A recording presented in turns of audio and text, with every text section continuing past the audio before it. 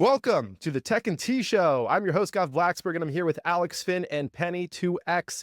And today, we're going to be talking about everything happening in the world of tech and a whole lot of tea. Things have been crazy this past week. We're kicking off talking about DOGE, and not the coin, but rather the Department of Government Efficiency, which has been effing some things up in the world of the government lately, to say it the least. I want to kick right into this. Penny, I'm sure you've been following this very closely, as there's been a ton of Elon involvement, Trump involvement, all different areas of government fighting with each other internally, people talking about how everything's an NGO. Give me your perspective for somebody who is just trying to follow this and saying, what is happening? Well, I'll tell you, I love it because there's nothing that I hate more than wasting money. Like, I go out of my way every step. When I'm shopping, I'm using coupons, I'm shopping deals, right? So when I find out that not only is the government wasting my money, I already knew that budgets were overblown and people spent more money than they should just to make sure that they get their full budget the next year. I was like sort of okay with that. I thought that's just the way it works. But when I find out that my money is going to all these NGOs too, paying for things that not only do I not like, right, but I certainly don't want to be funding, and without without any vote, without any reason, any justification, it's basically just this bureaucracy that exists that decides that they're going to spend the money how they want to, whether it's on transgender schools in India or something else, right? And none of it was being categorized. I think that's like probably the biggest crime of all is when I hear Elon talking about the fact that the Treasury literally doesn't deny anything, right? Like, to try to even get someone on the denied list takes a year or more, said Elon, and then they still get paid anyways, right? Like, that is insane. How do you continue to pay people that are like terrorists, scammers, whatever? It's just impossible to get them on the list. So what I understand they're doing now is going in and making sure that all of these payment systems in the Treasury, they have codes for all the different types of payments and that it actually rejects the right people. And I just don't understand how anyone could get upset about this, right? Like, what we're talking about here is actually being responsible with our finances and our taxes and adding a little bit of transparency so that the folks that actually pay for these things can see if it is what we're getting, what we paid for. And I'm just sort of blown away by the reaction on the left. It feels to me like they're not even considering what's happening and they're just going straight to taking it personal. They're so angry at Elon for whatever reason. He's stealing their funding for whatever, I guess, issue that they care about, or even not. They just hear the news saying that he's a bad guy. One way or another, I couldn't be more excited about the boys at Doge. I was laughing my butt off with the big balls thing, and then he turns around and does hairy balls. It's just turning into a meme. It's like the most entertaining outcome. But the reality is that this is something that we've desperately needed as a country. We so badly need to go in there and be efficient. So, I mean, I'm making a thank you card for Doge, right? I spent the past 48, 72, I don't know, it was more than that. It was almost a week. I've barely been online. I just been programming. I got inspired by Alex. He made Creator Buddy, and I thought, like, hey, I know how to program too. I should be doing that. So I'm making a thank you card. You can go in and sign it, and I hope to get 1 million signatures for Doge. I love this department. I love what's going on so much. Well, I don't know about you, Penny, but I voted for transgender schools in India, so I'm happy. I'm actually pissed about that. So that sucks that they canceled that. It's clear what's interesting about Doge is it's really exposing people, because I have yet to hear one compelling argument against it. It's just a whole lot of emotional stuff they're throwing against it. Like, oh, now he has access to your social security number.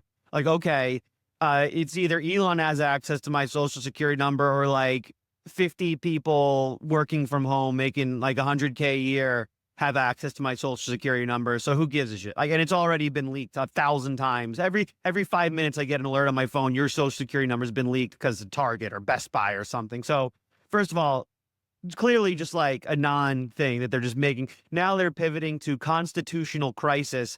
And it's just clear who is being exposed as shills because of this, because there's no clear argument against it. I can't, like, I try to steelman it and I can't come up with one single argument on why we shouldn't be like examining where our money's going. Like, it's just such a crazy thing to argue against. And so you see these people who like I respected before, people like Scott Galloway on the Pivot podcast, who I actually thought was a really smart, interesting guy. You see these clips coming out, because I can't watch Kara Swisher. I never respected her. But you see these clips coming out of like, oh, this is terrible. We need to find the 20-year-olds and arrest them and go after them and attack them. And it's like, dude, you're like some 60-year-old guy who's like attacking 20-year-olds for auditing the government. Like, if you consider yourself a tech person, like, have you ever been at a tech company before? Every tech company in America consists of like 90% 20-year-olds who go out and get drunk every single night and are all sleeping with each other. Like, that's how like our tech business works in America, like breaking news. So it's sad. It's really exposing who the shills are. It's sad that we have a lot of people in our government who are going against our best interests and fighting against this. Like, this is clearly in our best interest, right? Making sure we're spending our money wisely. But we have people in our government going, no, don't do this. This is bad. It's like, okay, so now you're against our best interests. It sucks. They must be getting kickbacks, right? Like, I automatically assume the worst when I see people fighting against DOGE because, like you said, you can't steelman it. How do you steelman? I don't want to waste money. I at least want to know what's going on with my money. I want to know where it went, right? Like, at a minimum, it ought to be on the blockchain, and we should all be able to see every single thing, where it started and where it ended and all the signatures. People need to be held accountable, right? No business does well if it's not held accountable. Why are we allowing our government to just run itself with no accountability? It makes zero sense. Well, one thing people are saying is, oh, it's Elon doing it. We should this and that. And, you know, they want career politicians in there. And like, one thing I'm 100% convinced of now is career politicians are the most useless human beings on planet Earth. What skill set does career politicians have? Like, what is their specific skill set that makes them more qualified for auditing the government than Elon Musk? Right? Anyone who should be auditing the government should be Elon Musk, who's done this with 6 different companies and have improved them and turned them into incredibly valuable companies. Why do you want like a Chuck Schumer? Like, what skill set does Chuck Schumer have? Winning elections is the worst skill for an auditor, right? We don't want people pleasers. We want people who piss them off. Like, Elon is the perfect guy. Everyone hates him. Don't you want that in an auditor? I know I do. It's also a bit of a tech play too here because it's getting us up to speed with the rest of the world. Honestly, I don't even know how other governments operate from an efficiency standpoint. I have to assume that some of them are a little bit more put together than we are, but we always talk about how we're the technology leader of the world, right? And we're coming first. And so it's like, wouldn't you want to have everything perfectly organized? You can see it in all places. I think where some people push back, and maybe I'll get your thoughts on this first, Alex, is, and there was a tweet from a popular account the other day I saw where they were saying, moving fast and breaking things is really, really good in a tech company and a startup. But when you do it in the government, people die. And that it does have real life consequences from programs. And so I'm curious your thoughts there on maybe people think that it's good to have accountability. It's good to see where money's going, but broad sweeping cuts can lump in the baby with the bathwater. Or do you not see that happening?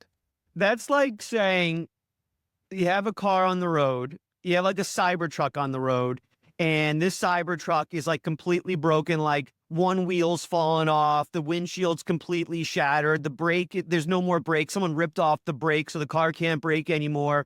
And then a guy comes to try to fix that absolutely destroyed Cybertruck by saying, oh, we got to replace everything. And then someone goes, no. If you do this too fast, you'll hurt people.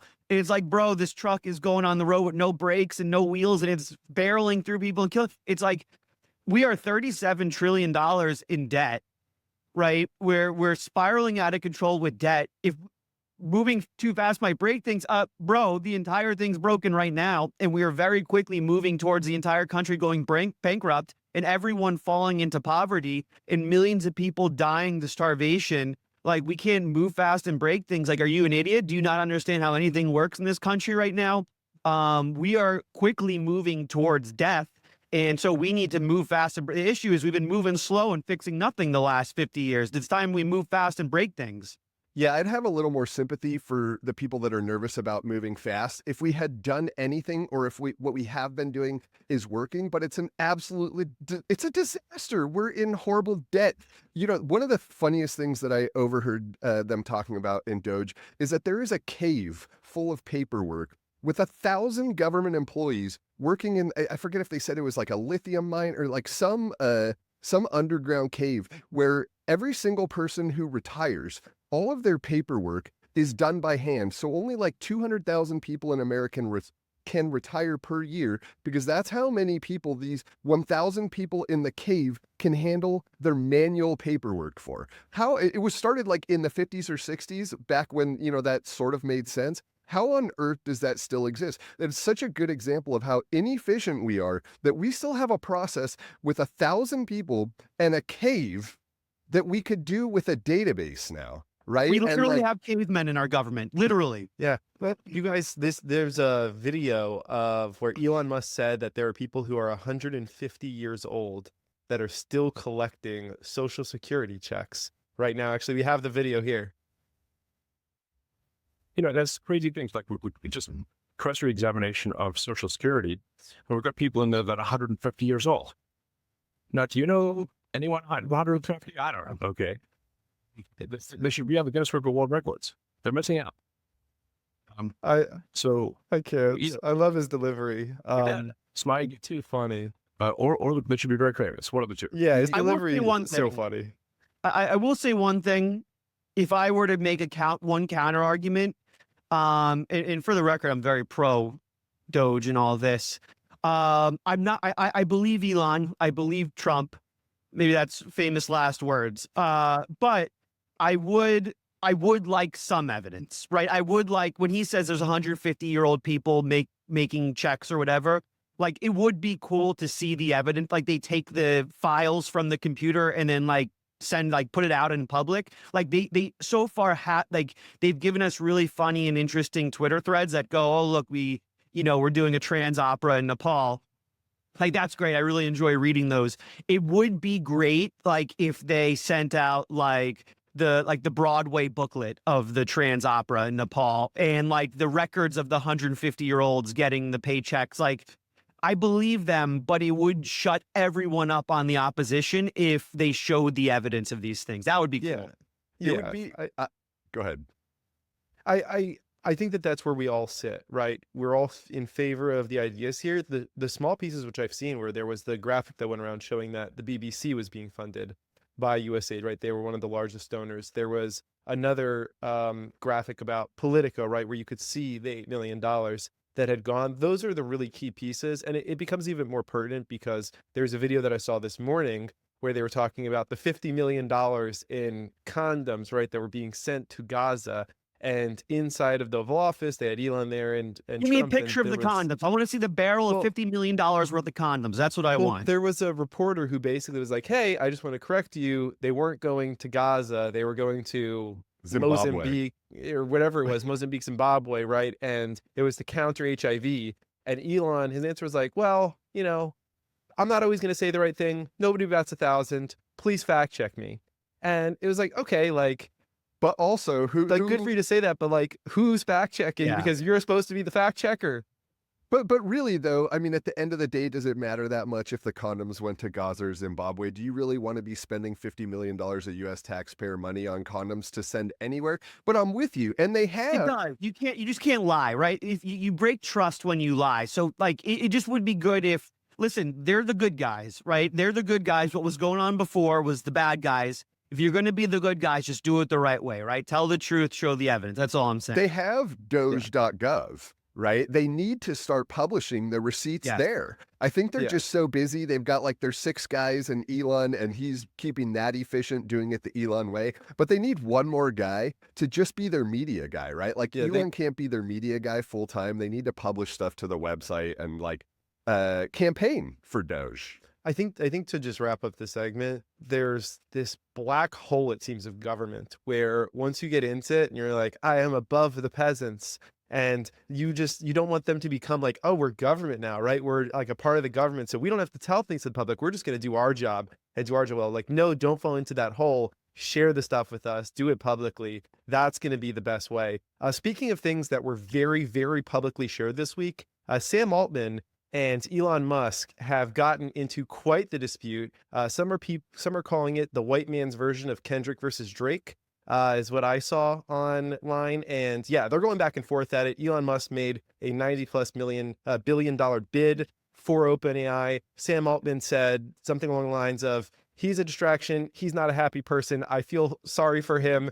And they're going back and forth on the timeline. He called him Scam Altman. There's a marketplace, a betting market on how long it'll take until Trump calls him Scam Altman.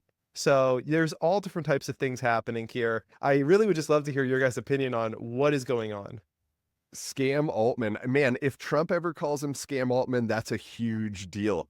Elon and him obviously don't get along, right? I mean, I haven't seen Elon beef with anyone like I've seen him beef with Sam. And I think it all goes back to their history.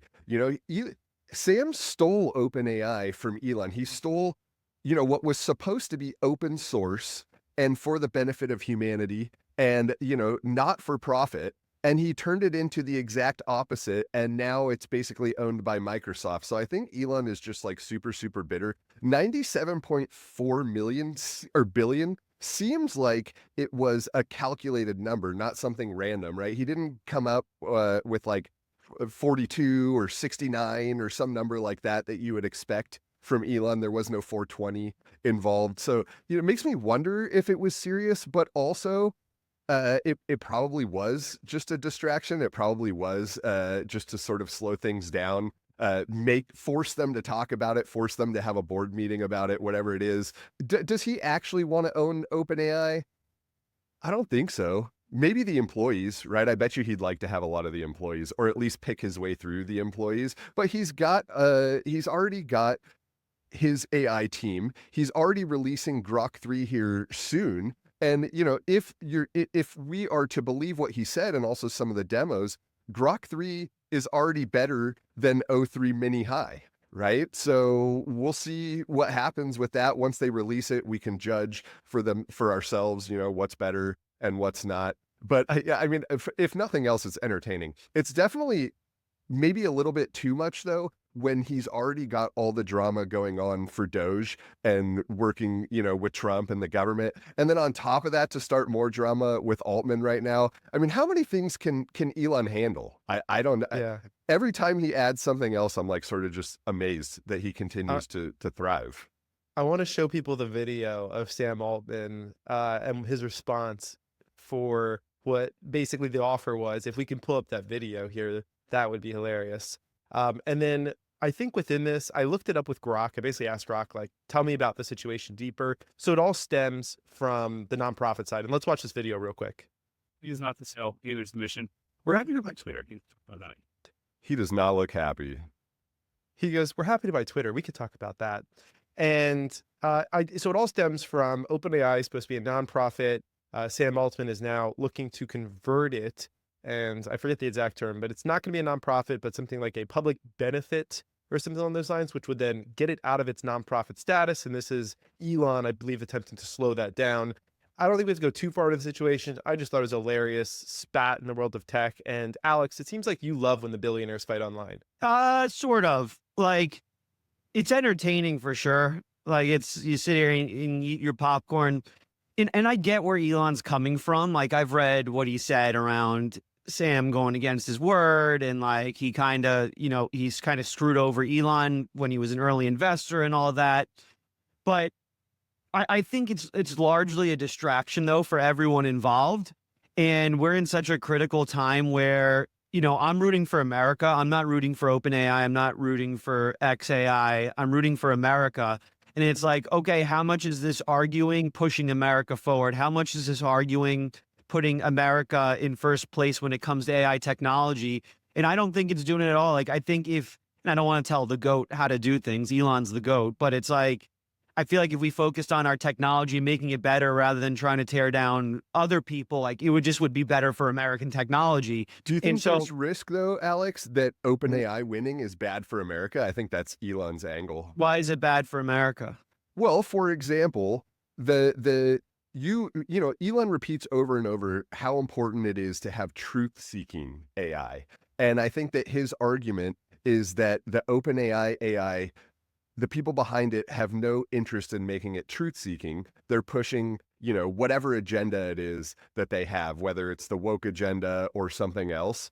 It's like when we asked for photos of the founding fathers, and I don't think it was OpenAI, maybe it was Gemini, but they're that's the thing outputting about like capitalism, though, right? Like, if he thinks a truth-seeking AI is better than a lie-seeking AI, okay, then make a truth-seeking AI, and the That's what market he's will doing. use it. But if right? OpenAI wins and it becomes AGI or ASI first and takes over the world, and now it is employing a woke agenda, that's what he's worried about. He's worried about, Okay, like, then make an for AGI example, that has truth, right? And then you win. well, that's what he's doing, right? But he's also trying to slow down Sam because Sam's building the other one.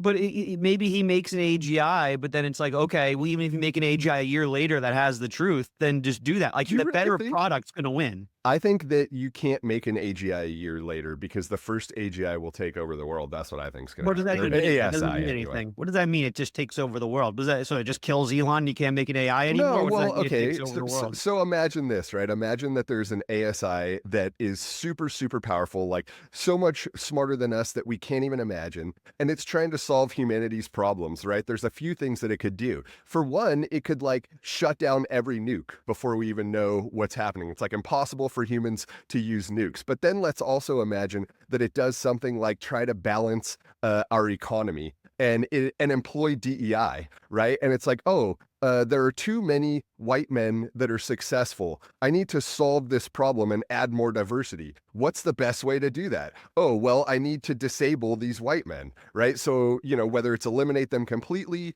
or hamstring them in one way or another, I know that it's a little bit hyperbolic, right? Yeah, but I just don't think that's realistic. I think the scenario you just gave where one person wins and then they can just like eliminate white people, like I just don't think that's like it's just not a real thing. That's just not a thing that's I'm gonna not happen. saying that it would happen, but I do strongly believe that whoever builds the first much, much, much smarter than human AI will have such a huge advantage, it'll be hard for anyone to catch up. At a certain point, it's not going to be me and you writing code to make this ASI better. The ASI is going to be an order of magnitude smarter than us or more. It's writing its own code, and it's going to continue to iterate and get better and better way faster than humans can catch up. And at a certain point, like it's going to have an incentive to shut everyone else down. And it's going to be so much smarter than us. So like, I don't see any reason why it would allow others to compete. And I mean, I really do think that especially if the wrong person is in charge of the first ASI, they sort of dictate what everyone else does. I do think that you can take over the world with something like this. I also don't think calling Sam Altman Scam Altman on X really does, like, it doesn't slow down woke AI, right? It's just like a like it's not actually doing anything. It's just a fucking distraction. And like, I don't know. I'd rather him. And it also just feels icky with the fact that Trump is partnering with Sam Altman, right? With the super whatever Stargate. And it's like, okay, now you're tearing down Trump's partner and all this. All of it just feels real icky. It's like, let's just focus on the Chinese and tearing them down. You should. The one thing that it accomplishes maybe is recruiting, right? Like if you are a 21-year-old just getting out of college and you're an AI superstar, or you're an 18-year-old AI superstar and you're deciding, are you going to apply to work at OpenAI and or work with Elon, what happens at that point? Maybe you get turned off by Elon calling him Scam Altman, but maybe you get turned off to OpenAI. Maybe you actually think Sam Altman is a scam and you don't want to work for him anymore. So I could see something along those lines. Something And in defense of Sam Altman, real quick, like if he was doing anything illegal, he'd be arrested, right? He's playing by the rules. If he was doing something illegal here when it comes to going from nonprofit to profit or whatever it is, like then he would be arrested, right? So if like he's playing by the rules, and if there's loopholes and fishy things, like, okay, fix the rules, right? This isn't the first time someone's gone from nonprofit to profit. Like if it's within the boundaries of the American rules, then like, yeah, it could be fishy, but it's just like, I don't understand going after it over and over and over and over again. Like I don't see the benefits here. Spirit of the law versus letter of the law, man. Like at a certain point, if someone invests billions of dollars to help you get a nonprofit started and then you sort of like part ways and make it for profit, dude, That to me, that's scammy. End of story. That's scammy. It is, but it's just like, are we just gonna they're both gonna be 90 years old and Elon's gonna be tweeting scam them and scam them and scam them, and it's like, well, okay, when are we just gonna move on and try to build better products? Fair.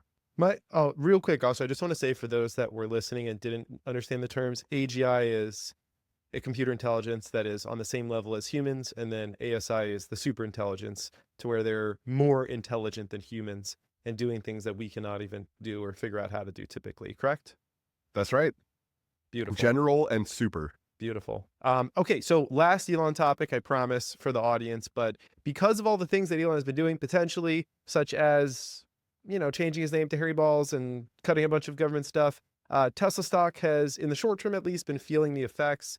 I believe it's down over 10% already this year. It might have changed today. I believe it was up a couple percent back up today, but it seems to be that there are some distractions that are happening. But at the same time, we also have Tesla's newest customer, Alex Finn, cruising around in his Cybertruck. So I'm curious, Alex, maybe you could talk about how you think some of the things that, there we go. Oh, I was very close, down 9 point something percent year to date, up a couple percent today to bring it right back up above, down 10%, but still up many thousands of percent all time, of course, on Tesla stock.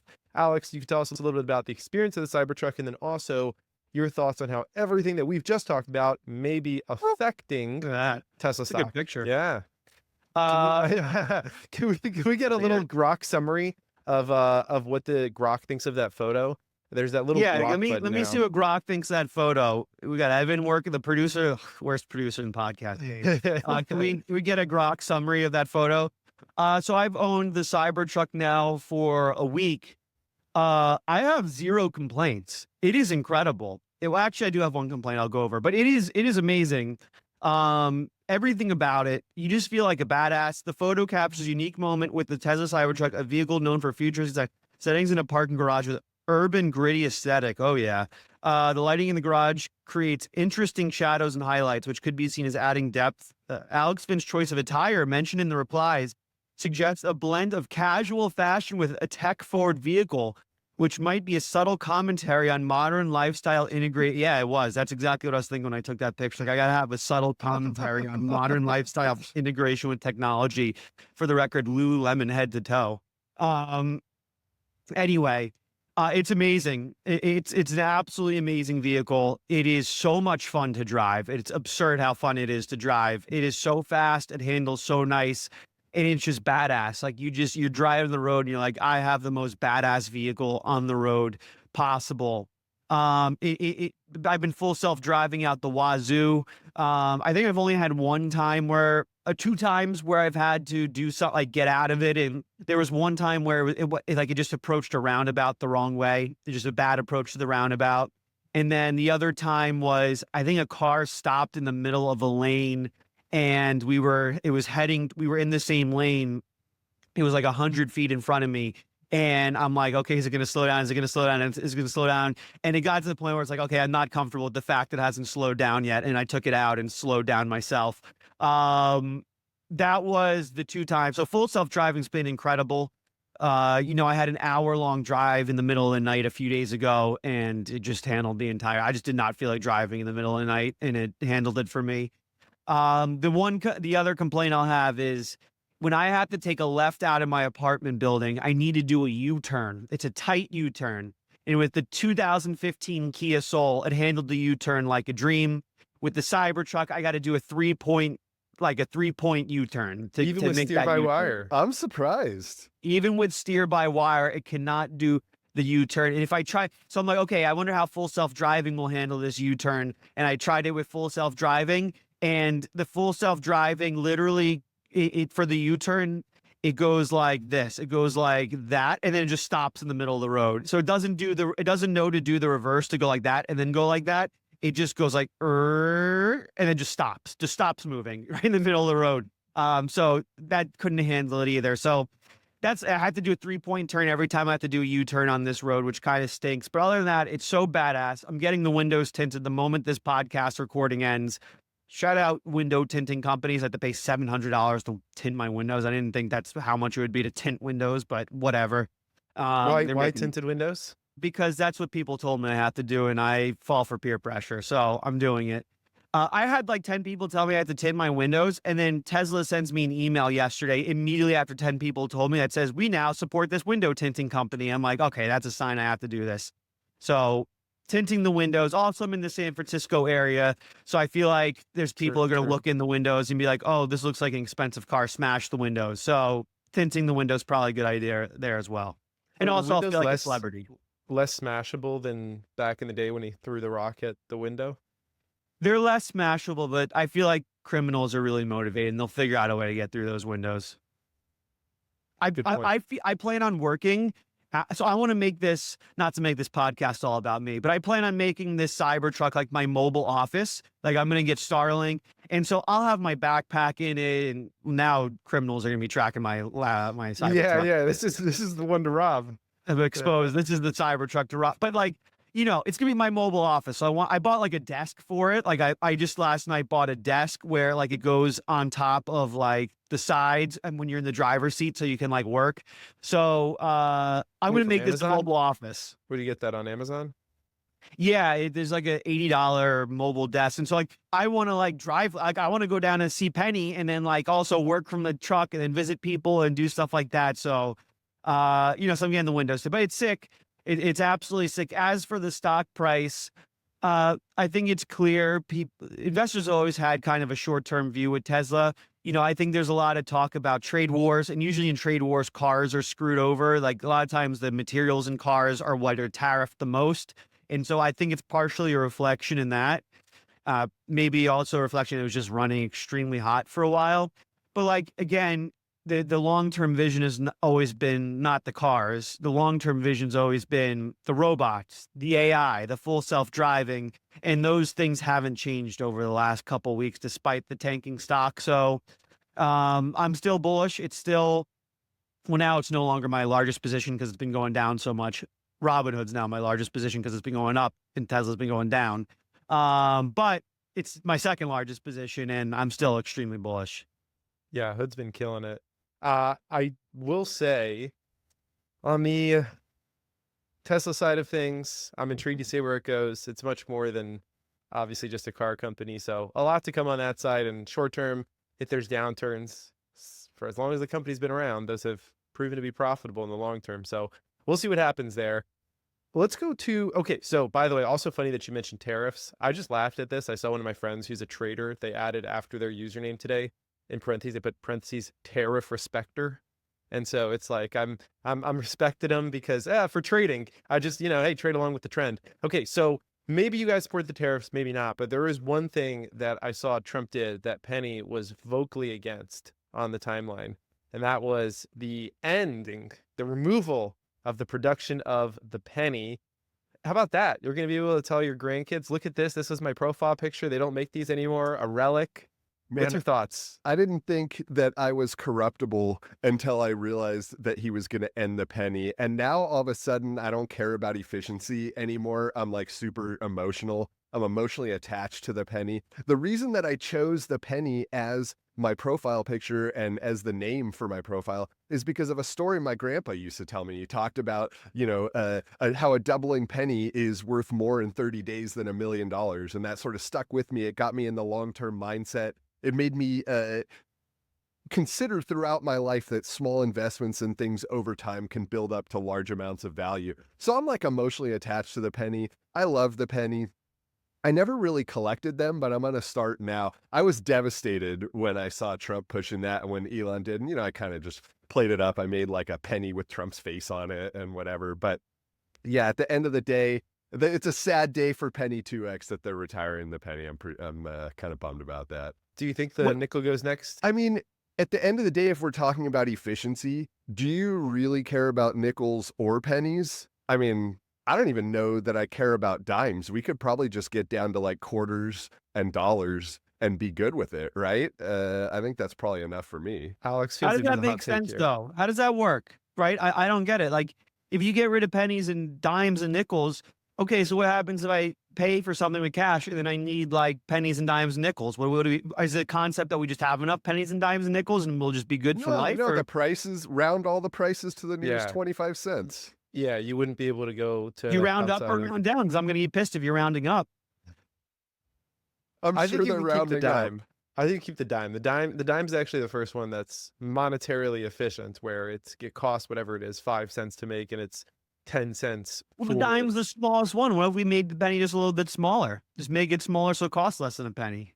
Well, the problem is that it's hard to cost less than a penny, as a penny is quite literally the smallest denominational unit at 1 cent. I don't know if you're going to be able to get that cost under 1 cent. They cost 3 cents right now to make. You'd lose them. They'd be like so small, they'd fall So through the even, little yeah, holes. of even your if it was pockets. half the size, it still cost 1.5 pennies. One argument that I saw is that they circulate for so long that they're actually pretty efficient. I didn't do any math myself, but I did see an article about that. Yeah. Okay. All right. Well, it's just some fun thoughts on the penny there. Let's talk about sports for a second, and sports and maybe a little tech. We had the Super Bowl. I thought it was a very interesting Super Bowl. Alex, I'm sure you loved it because I feel like you're probably naturally anti the Chiefs because you don't want to see another dynasty, or do you hate the I Eagles was more going because they hard for the beat? Chiefs. Wow. Wow. Wait. So you want to see another dynasty? I don't like the Eagles. I just don't. The fans piss me off. They're just cringe. They like eat horse shit and like punch horses and stuff, and that's just cringe to me. So I was going hard for the Chiefs. Wait, they punch know. horses? What's that all about? The last time they won the Super Bowl, someone punched a horse, and then they ate shit. That's crazy. Anyway, the Super Bowl comes with a lot of good commercials. Sometimes, I don't know, people seem down on them this year. There were a lot of tech commercials. Specifically, you had a ChatGPT commercial, which I just like to say, about 10 seconds into it, I called it that it was a ChatGPT commercial. I have witnesses.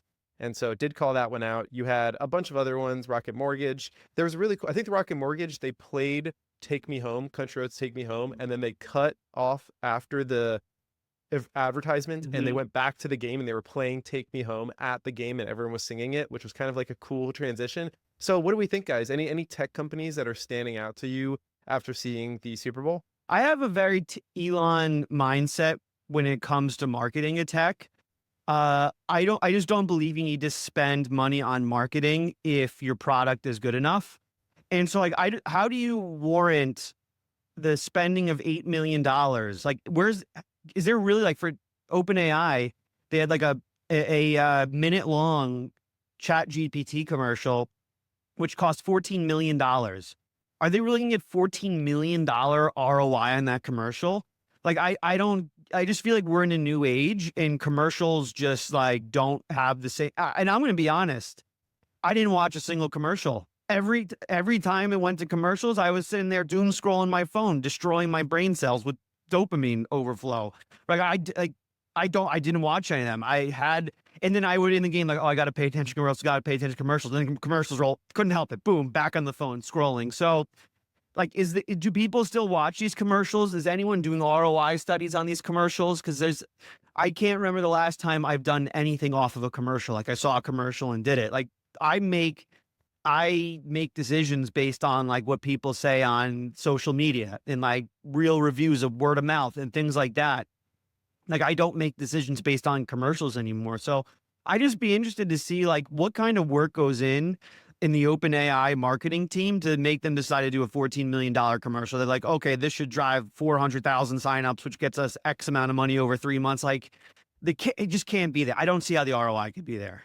It seems to me like it's the way that our attention is divided now is so much different than it used to be, right? And it used to be that you could count on the biggest audience possible during the Super Bowl, and you knew that they were going to pay attention to the commercials. And at that point, like maybe it made sense. But since social media, like there are podcasts that get as many views as the Super Bowl. And I guarantee you it's not $7 million to put an ad on there, right? So like, I'm with you, Alex. It does seem like way out of balance to be spending $7 million for 30-second commercial here during the Super Bowl, especially like you said. I was in the exact same boat. I mean, I was barely able to pay attention to the Super Bowl at all, but especially when it was commercials, I was straight on my laptop. I was straight, doing some work, and they wasted their money on me, right? I didn't even see them.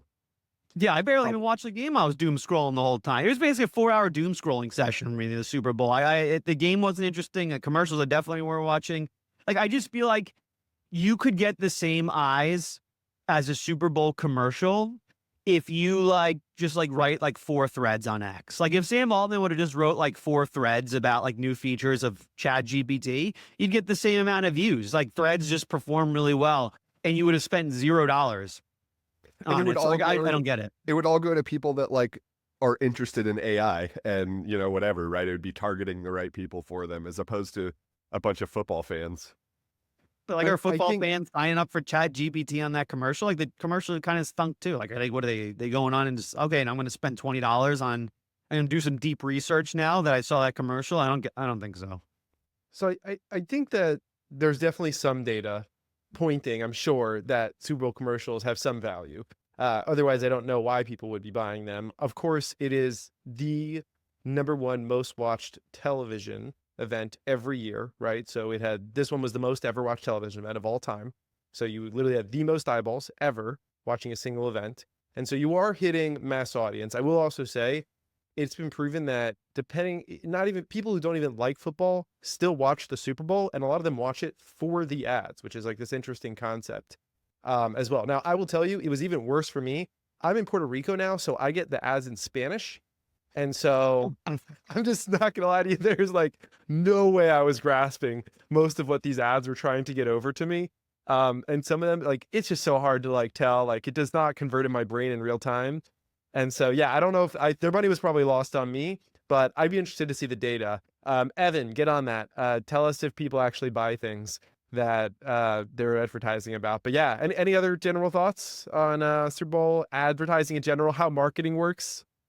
I just feel like if they would have, I've made significantly more purchasing decisions on seeing influencers on YouTube review and talk about things than I ever have on commercials. And if they would have spent $14 million, having every tech YouTuber on planet Earth using deep research, I probably would be using deep research a lot more. And the average Joe, you spend $14 million on TikTokers using Chat GPT. I just think you're getting in front of way more people that are going to make purchasing decisions. But I mean, also, who the hell am I? I'm some 34-year-old guy in California sitting in an apartment, and I'm telling people who run multi-billion-dollar companies how to run. So I don't know. Maybe I don't know what the hell I'm talking about.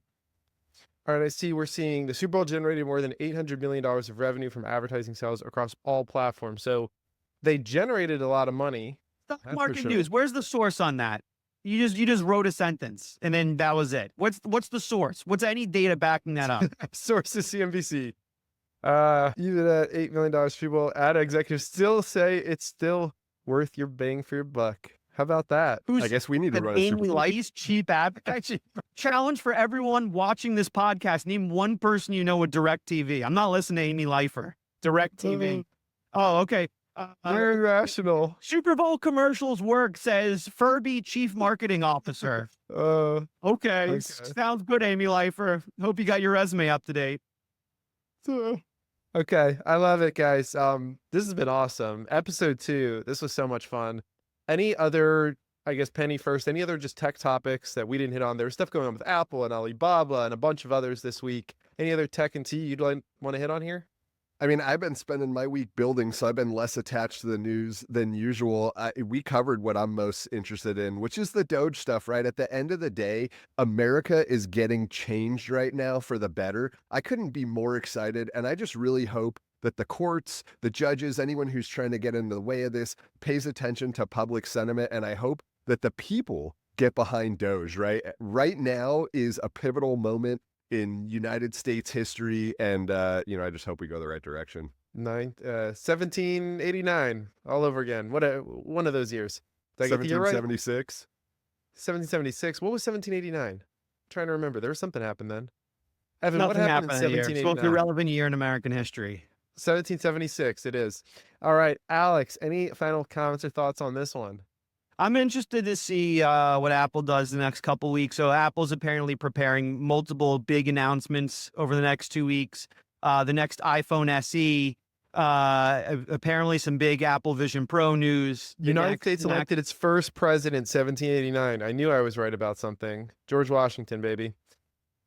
Apple big announcements coming this next week. The next iPhone SE, the next MacBook Air. Apparently some big Apple Vision Pro announcements. I mean, I think everyone can agree Apple has been lagging behind from an innovation perspective for a while now.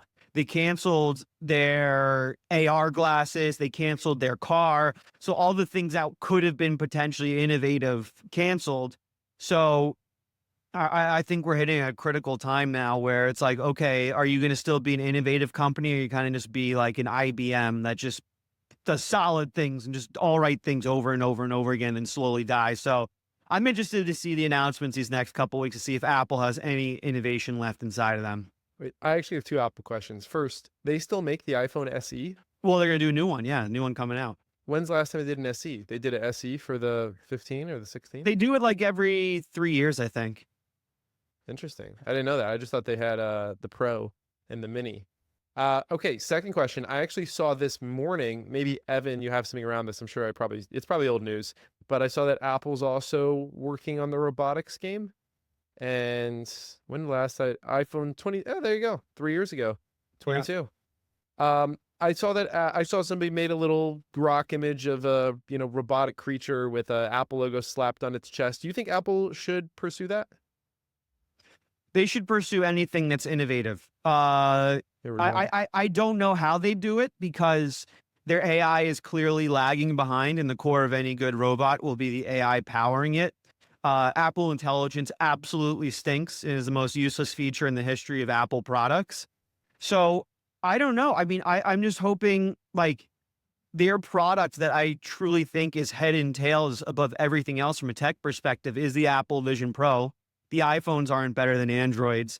The MacBook Pro is actually the best laptop there is, for sure. But like, when it comes to innovation, the Apple Vision Pro is, I think, the most innovative out of any headset. So I'd like to see them lean into that and find out more ways to get that into more people's hands. But like, they haven't innovated on anything. I don't know how they do a robot when their AI stinks. You swear you actually use the Apple Vision Pro every day? Daily basis, yes, 100%. Blows my mind. He must be the only person in the world using it every day. Have you used an Apple Vision Pro?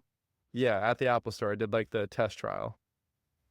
Okay, so like, I don't understand. No, like, I'm just saying, I love the concept. I actually think I would use it and get one. I don't see any content on it. I don't see anyone talking about using this thing every day. Is it just like a silent majority? Yeah, they're too okay, busy throwback. using their Throwback. Apple Let's play Vision this Pro. video real quick. This is actually why Alex uses it daily. Hey, Alex, what? what the fuck? What? So dirty in here. What do you mean? Overflowing. You're half-eaten cereals there. You're a fucking trailblazer, leaving shit all over the ground. I've been working all day, so exhausted. Right. And our apartment is so... Yeah. Marcus Sanders and Okay. It's too bad the Apple Vision Pro fell out of relevancy, because I was on fire with that. There was like a 3-week period where every Apple Vision Pro video I made went absolutely viral. It was like my biggest growth period ever. It's too bad people stopped caring, because I'd be the biggest Apple Vision Pro influencer on planet Earth if it's That still was relevant. that was the start of your transition into doing more tech stuff, right? Like, I loved seeing that. Speaking of headsets, though, we didn't talk about the Anduril Microsoft deal. That's like somewhat interesting. They're going to be doing some huge contract that was awarded to Microsoft for AR for the military, helping with night vision and all sorts of other things. I love to see American companies on the forefront of defense technology. I think that everything that we're doing with the military and, our old jets and whatever, that's all already outdated. So like, we're super vulnerable. China or any other country that gets way ahead in the tech race here. I'd love to see, Anduril doing drone stuff and now doing AR stuff. Should be interesting how that plays out. Yeah, they're at the forefront. Palantir, another American company at the forefront of defense and technology. A lot coming. America's about to go through a transitionary period, I would say, with everything that we're discussing going on. It's going to be super interesting. We're going to cover it all here on Tech and Tea. That's episode 2 in the books. Thank you to my wonderful speakers, Alex and Penny. Thank you to our producer today, Evan, Charles, Sam, everyone else on the back end, David Carbut, our editor. Appreciate everybody for making this all possible. We'll see you on the next episode. I hope you love this one. Take care, everybody.